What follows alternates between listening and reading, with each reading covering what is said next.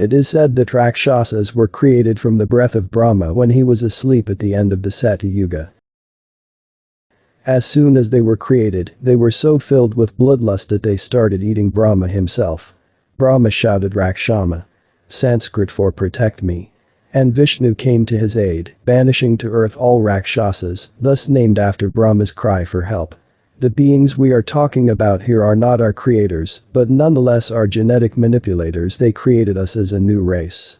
In other words, they want us to understand that we inherit their sins because they are our parents.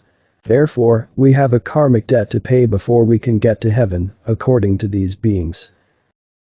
In the Vedas, it says that Brahma cast them down to earth, which we know is not true. They invaded earth and stole what was here, but the end result will be the same. These are the beings who have created us in some way, and we are made in their image as the Bible say. The alien invaders are of course the Elohim of the Bible, but also the fallen angels. Now they are putting us humans in the same boat they are sitting in. They are indirectly saying that we are demons who rebelled against the Creator and therefore need penance in order to enter heaven. They are transferring their karmic debt to us. They know they can't get rid of it themselves, but they make us share it with them, thus, we have what is called the original sin. Still, they associate themselves with the seven sisters or the seven chicks as they occasionally call them. They count on that humanity embrace Enki as their benevolent father.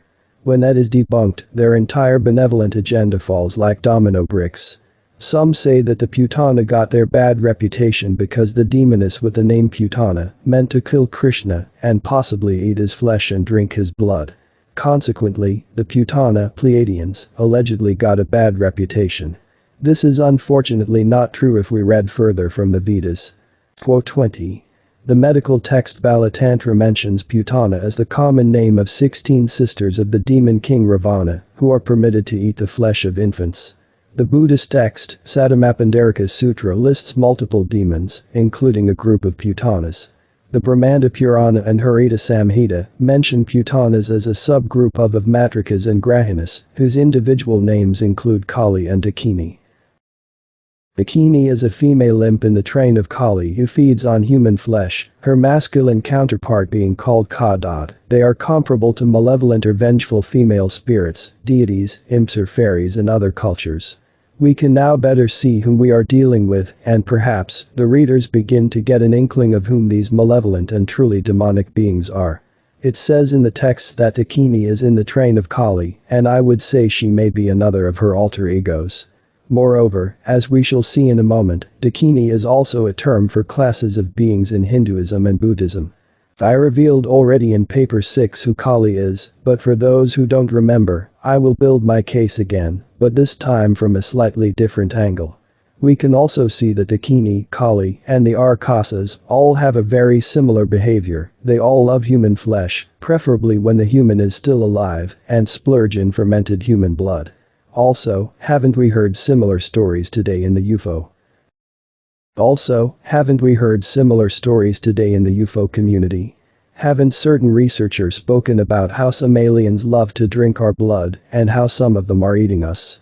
These researchers are stressing that we humans are not the top of the food chain. Albeit, I can tell that the majority of such researchers haven't read the ancient East Indian texts. That's however, where this originates from, and these beings, in the Vedas called the Arkasas, are still doing the same thing today. However, today we don't call them Arkasas. To be able to go into the depth of this, we need to peek just a little bit into Persian mythology as well. Quote 22. In Persian mythology, the Puri are spirits who have been denied paradise until they have done penance. In earlier sources they are described as agents of evil, later, they are benevolent. They are exquisite winged fairy-like creatures ranking between angels and evil spirits. They sometimes visit the realm of mortals. Hindu sung in praise of Vishnu and named after his weapon Sudarshana Chakra to get protection from Dakinis or to dispel Dakinis and others. The chief deity who has control over such malevolent spirits is Hanuman. There are many Hanuman mantras to win over a Dakini. Hanuman was Lord Rama's assistant and they worked close together. Rama is the seventh avatar of Lord Vishnu, and in the latter part of quote 23 above it clearly says that Hanuman is an incarnation of Lord Shiva in several, I would say most, texts. Shiva, if the reader remembers, is the Vedic name for Lord Marduk.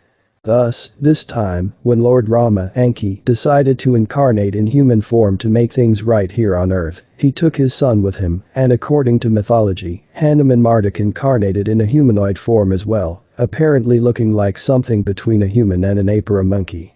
The reason for this transition is unknown, at least to me. Hanuman is the monkey man.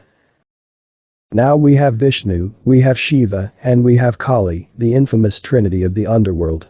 Kali is of course Queen Ereshkigal, who thinks that human flesh and blood are absolutely irresistible. The name Kali comes from Kala, which means black, time, death, lord of death. Shiva. Since Shiva is called Kala, the eternal time, the name of Kal plus, his consort, also means time or death. Hence, Kali is the goddess of time and change. Although sometimes presented as dark and violent, her earliest incarnation as a figure of annihilation of evil forces still has some influence.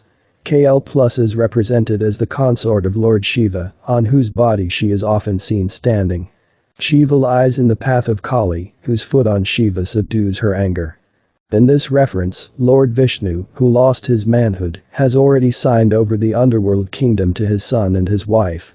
Then, when necessary, Kali was presented as a benevolent mother goddess, in the reference referred to mother goddess in small letters, thank you for that.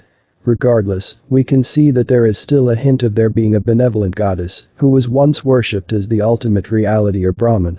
This is of course a reference to the real mother goddess, whose title was hijacked later by Kali, aka Ereshkigal. Now, let's return to Piri, the spirits who must repent and who have been denied paradise until they have done penance. They are often presented as fairy-like creatures with wings, ranking between angels and evil spirits. The angels, dear readers, are nobody but the alien invader force, Sitchin's Anunnaki.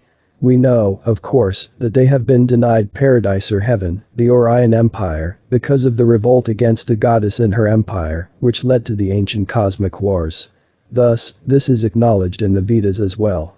In the Islamic culture, these beings are equated to jinns, it's just a Muslim name for the same interdimensional beings, and jinns are associated with Lilith in ancient mythology.